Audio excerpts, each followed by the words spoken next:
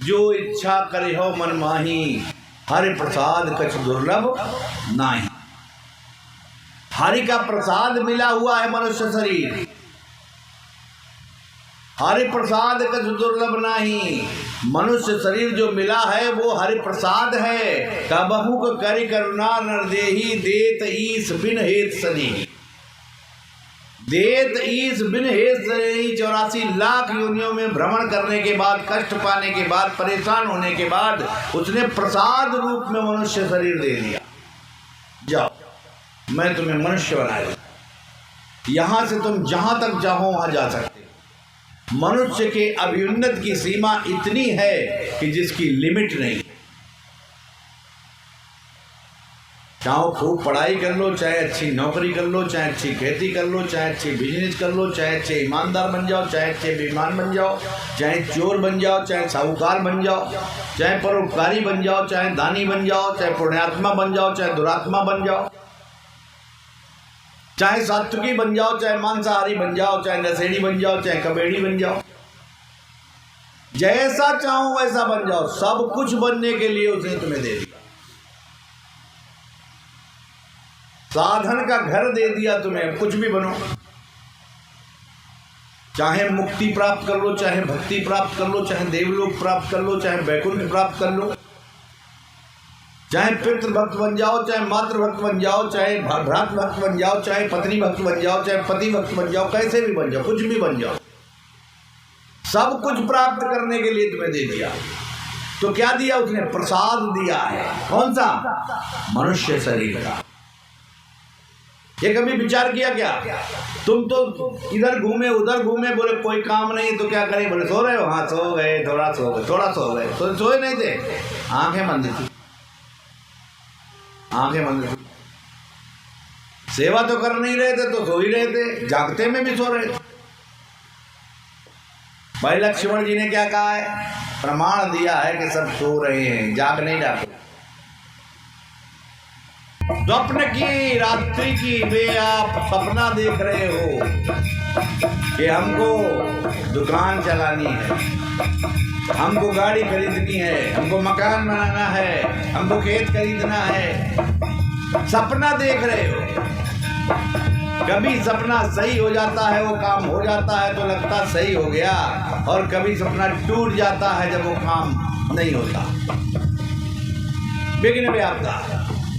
और इसीलिए उस सपने में ही दुखी हो जाते हो और सुखी हो जाते हो। सुखी भी हो जाते हो और दुखी भी हो जाते हो। कैसे? यहाँ का सपना जो देखते हो, बोले सपने में रसगुल्ले खा रहे, तब तक अम्मा ने जगा दिया। बोले अम्मा थोड़ा रुक जाती। बोले क्यों? बोले हम तो रसगुल्ले खाने जा रहे, तब तक तुमने जगा दिया। अरे इतनी भी क्या जल्दी?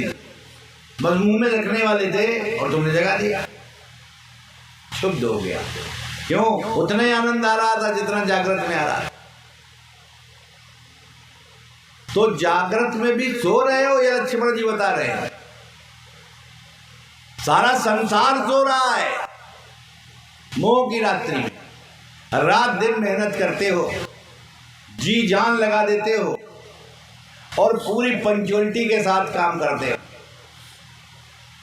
भले ड्यूटी है, ड्यूटी करने के लिए कोई गुरु पूर्णिमा में नहीं आता, कोई कार्यक्रम नहीं करता, कोई एक दिन करता, कोई 2 दिन करता, कोई पूरे 8 दिन में नौकरी चली जाएगी।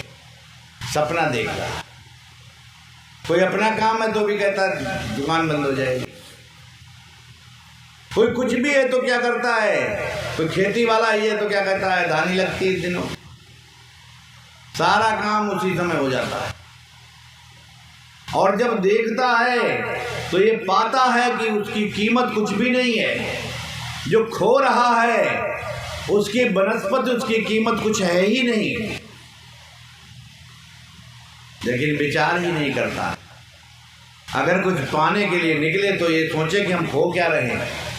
अगर श्वास रुक जाएगी तो हम क्या पा जाएंगे?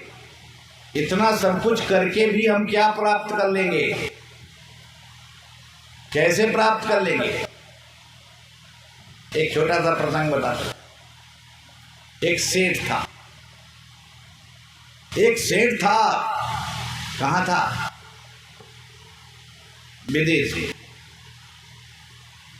विदेश में सेठ था, तो सेठ ने कहा हम बहुत पैसे वाले हैं, हमें बड़ा आनंद आता है, पैसा देखते हैं, बड़ी खुशी होती है, बड़ी खुशी होती। एक दिन उसके दांत में दर्द होने लगा और तमाम पैसा उसके आसपास रखा था, और रात्रि में उसको वैद्य नहीं मिला, और रात भर तड़पता रहा, रात भर तड़पता रहा। वो अपनी पत्नी को बुला के बोला, मेरे पास इतना पैसा है फिर भी मेरे दांत में दर्द हो रहा है। बोले बताओ, इस दर्द को इतना भी नहीं लिहाज आ रहा है कि मेरा इतना पैसा है फिर भी हो रहा है, ये थोड़ा पैसा मांग लेता मेरे दर्द ना होता, और दर्द होता चला जा रहा। पत्नी ने कहा है क्या कह रहे हो? बोले कहें क्या रहे हैं, हम इतने धनी हैं फिर भी मेरे दांत में दर्द हो रहा है। कितनी गजब की बात है, ये तो मेरी इज्जत ही नहीं कर रहा दर्द। उसने कहा अच्छा चुप रहो। बच्चे से पूछा, बेटा हम इतने धनवान हैं फिर भी हमारे दांत में दर्द हो रहा, हम तड़प रहे हैं, तुम जानते हो कुछ? बोले हाँ पिताजी हम जानते हैं, बताओ क्या करें? बोले बताएं क्या, बारिश हो रही है, वैद्य कैसे आ सकता, इसलिए क्या करें, अब तो रात गुजारनी पड़ेगी। बोले पिताजी ये धन से नहीं दर्द दूर होगा। बोले कुछ उपाय बताओ। बोले पिताजी बताओ, ये नोटों की गड्डी आपके दांत पे चिपकाएं, थोड़ा हो सकता मान जाए। बोलो छिलाओ जरा।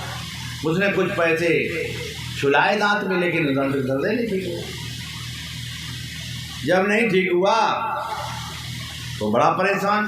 उसने कहा यार इतना मेहनत से धन कमाया है और बुजुर्ग हो गया था, तो कहा मेरा एक दर्द नहीं छूट, थोड़ा सा नहीं खत्म हो रहा है यार, तो सुना है मरने में तो बड़ा कष्ट होता है, क्या हो? विचार ही कर रहा था तो अगले दिन एक साधु महात्मा उसके घर आ गए, और जब घर आ गए तो सेठ जी ने बड़ा स्वागत सत्कार किया, और स्वागत सत्कार करके उन्होंने कहा देखो भाई ऐसा है, पैसे हमारे पास बहुत हैं लेकिन हमारा दांत का दर्द नहीं ठीक हुआ रहा, पैसों को छुलाया भी तब भी नहीं ठीक हुआ, पैसों को बताया भी तब भी नहीं ठीक हुआ। अब महात्मा जी तुम ही बताओ हम क्या करें? बोले बेटा तुम इतने धनी हो, इतना धन तुम्हारे पास है, लेकिन इससे कोई फायदा नहीं। बोले क्यों? बोले ये धन तुम्हारा साथ थोड़ी ले जा पाओगे, ये साथ नहीं ले जा पाओगे चाहे जितना धन हो, इसलिए इसको साथ ले जाने की विचार करो, कैसे ले जाओगे, किस काम आएगा तुम्हारे? ये दर्द के काम नहीं आया, तुम्हारे वहां कैसे जाएगा? और वो साथ इतना कह के चला गया। अब जाने के बाद सेठ जी विचार करने लगे, यार इतना सारा धन है, थोड़ा सा धन तो लिए जाए ऊपर। अब उन्होंने लोगों से सलाह लेना शुरू किया, अपने नौकरों से, नौकर चाकर बहुत थे, बहुत बड़े धंधे थे, सारे नौकरों को बुलाया, 300-400 नौकर थे उनके, और कहा हमको जो हमारी बात बताएगा उचित, उसको हम 1 करोड़ रुपए देंगे। 1 करोड़। अब नौकरों ने सुना, बोला यार इसको बात बता दें तो यार 1 करोड़ मिल जाएगा, बहुत हम भी नहीं हो जाएंगे। बोले सेठ जी कुछ बात तो बताओ, हम बताएं क्या, हमारे तो बेचैनी हो रही है 1 करोड़ सुन के। बोले हमें ये बताओ हम ये रुपया ऊपर कैसे ले जाएं, उपाय बताओ। अरे बोले ये सेठ पगला गया है क्या, ये कह रहा रुपया ऊपर कैसे ले जाएं बताओ, ये यार कैसे होगा? दूसरे से पूछा, तीसरे से पूछा, सबसे पूछते चला गया, सब सुने और चुप हो जाए। बोले सेठ तो पागल हो गया, पागल हो गया।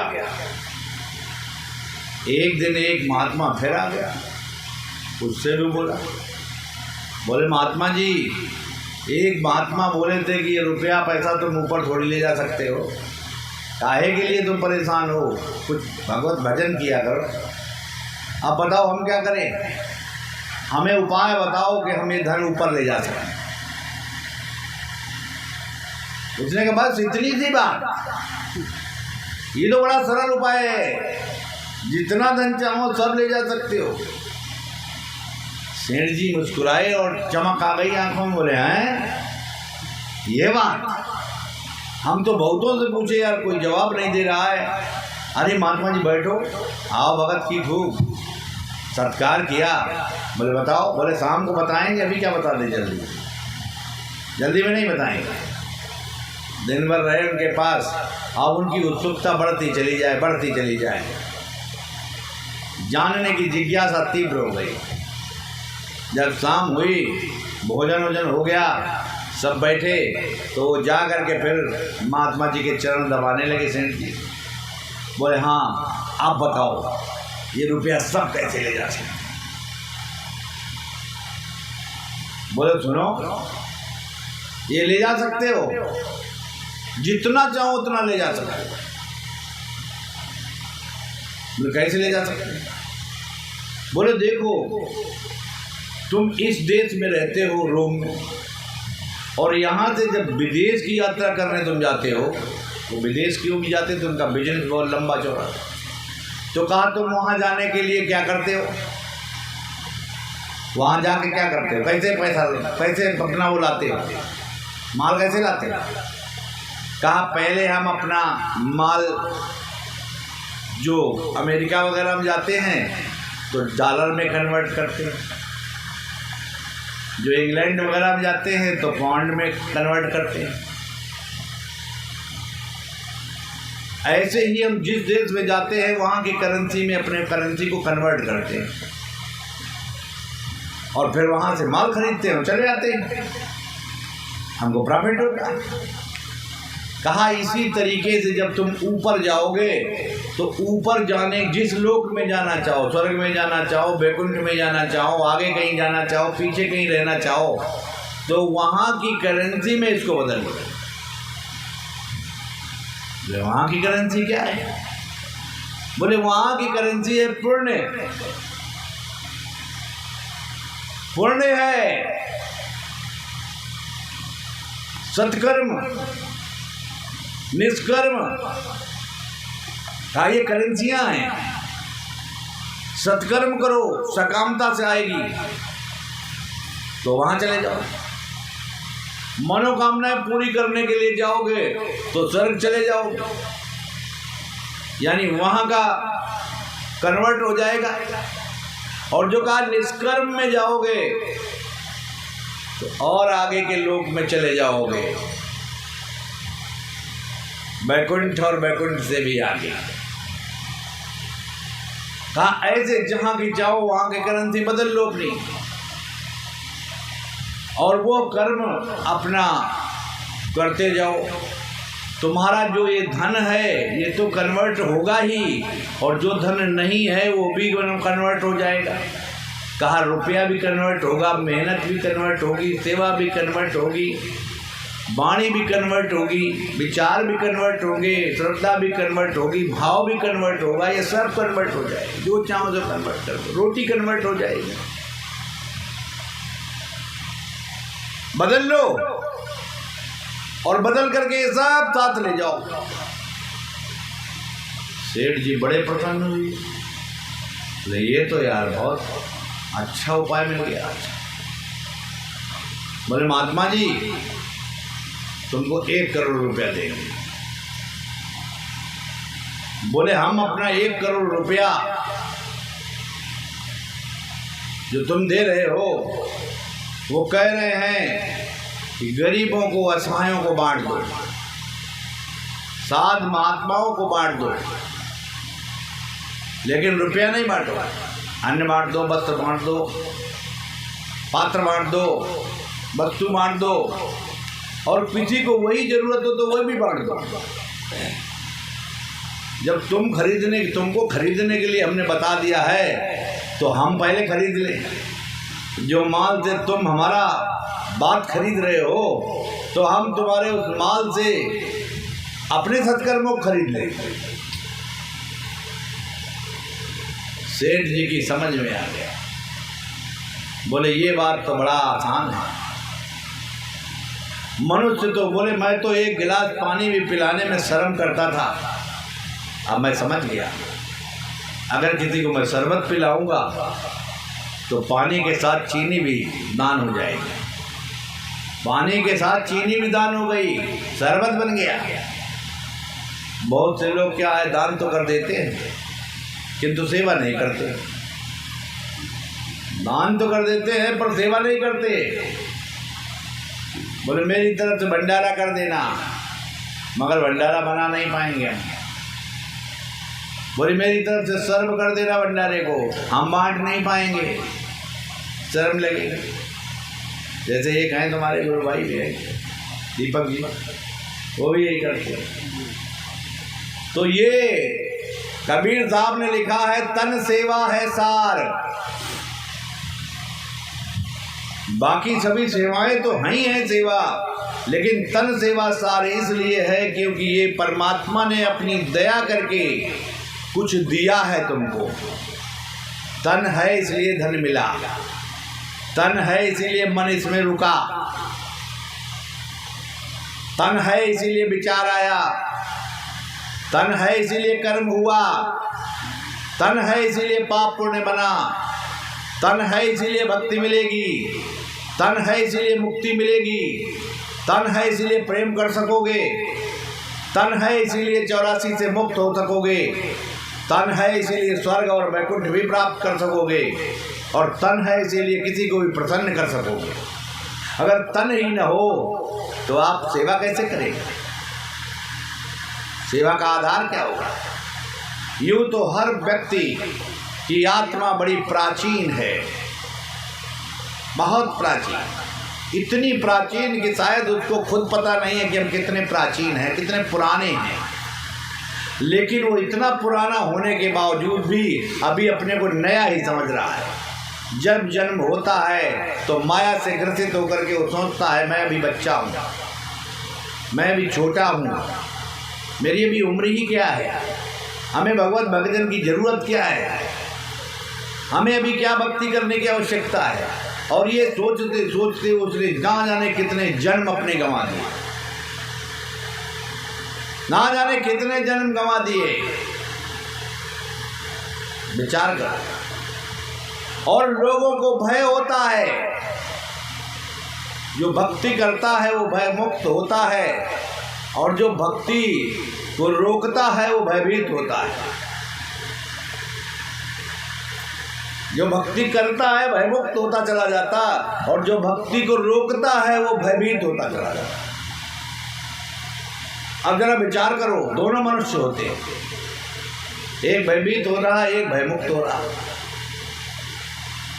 जो परमात्मा के सन्निकट की तरफ जाओगे, उसकी तरफ को मुख करोगे तो भयमुक्त होते चले जाओगे, और जो परमात्मा से पीठ हो जाएगी, विमुख हो जाओगे तो भयभीत होते चले जाओगे। इसलिए विचार तुम्हें करना है कि तुम्हें भयमुक्त बनना है या भयभीत होना है। प्रेम प्राप्त करना है या मोह प्राप्त करना है, विचारवान बनना है या ज्ञानी बनना है। यूं तो विचार सभी करते हैं। एक दिन एक तुम्हारा सत्संगी भाई कह रहा विचार तो सब करते हैं, तो विचारवान होगा। तो हमने बताया इसको विचार नहीं कहते, ये कुविचार है। विचार को कहा गया है सुविचार को। विचारवान किसको कहते हैं? जिसके अंदर अच्छे विचार आए। विचार लो, बोले दाल विचार लो, चावल विचार लो, विचार लो। कहीं कहीं कहते विचार लो। विचार लो मतलब निर्मल कर लो, उसमें जो कूड़ा करकट इधर उधर कंकड़ हो सब निकाल कर फेंक दो और शुद्ध माल ले लो। विचारने का मतलब ये है शुद्धता आए। लेकिन ये मन तुम्हारा बार बार भयभीत करता है कि शुद्ध न बन जाना। अगर शुद्ध बन गए तो मेरी वैल्यू खत्म। इसलिए मन अपनी वैल्यू बनाए रखने के लिए विचार नहीं करने देता तुम्हें, और जो विचार अच्छे आते भी हैं तो उनको ठहरने नहीं देता, और जो कदाचित ठहर भी गए कुछ दिनों के लिए तो कुछ दिनों बाद उन्हें फिर से ध्वस्त करने की पूरी चेष्टा करता है। इसलिए संतों ने क्या कहा है, विचारवान बनो। अगर विचारवान बन जाओगे तो प्रेम प्राप्त हो जाएगा, भक्ति प्राप्त हो जाएगी, सेवा करने लगोगे। विचार करोगे कि हमने क्या किया अभी तक, कितनी सेवा की, तो सेवा ही करते चले जाओ। और अगर रोज सेवा करने लगो तो कितनी सेवा इकट्ठी हो जाएगी, और जो वर्ष में एक ही दिन सेवा कर लो तो कितनी इकट्ठी कर पाओगे, कितना बड़ा नुकसान हो जाएगा। तो विचार नहीं करते लोग, एसी में पड़े सोते रहते, बोले सोते रहो मोटे होते रहो, कोई बात नहीं। लेकिन विचार करो, जितना सुख प्राप्त करने की चेष्टा करोगे उतना तुम्हारे हिस्से में दुख मिलेगा। जितना सुख प्राप्त करने की चेष्टा करोगे, दूसरों को सुखी करने के लिए जितना प्रयास करते रहोगे उतना हमेशा तुम सुखी बनते रहोगे। गरीब किस लिए गरीब बना रहता है, क्योंकि वो अपनी गरीबी में से एक दाना नहीं निकाल पाता, अपनी कंगाली में से एक रोटी नहीं किसी खिला पाता। इसलिए गरीबी जाए तो जाए कैसे, परमात्मा तो सोच रहा गरीबी इसकी दूर कर दे, लेकिन वो करता ही नहीं।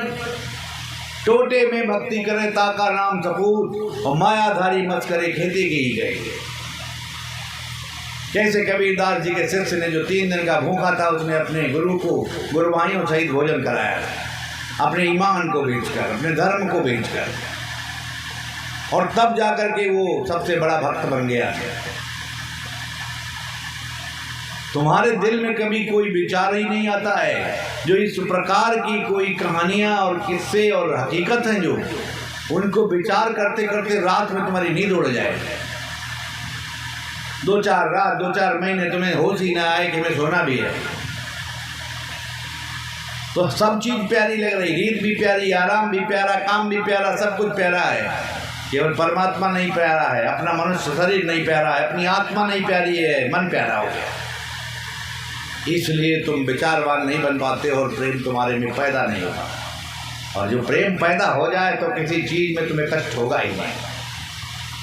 तो ना पाओ कष्ट नहीं होगा, रुक ना पाओ कष्ट नहीं होगा, आराम ना कर पाओ कष्ट नहीं होगा। जो कुछ भी करते रहोगे उसमें सुख प्राप्त होगा, और दुख का नामो निशान ही तुम्हारे पास से गायब हो जाएगा।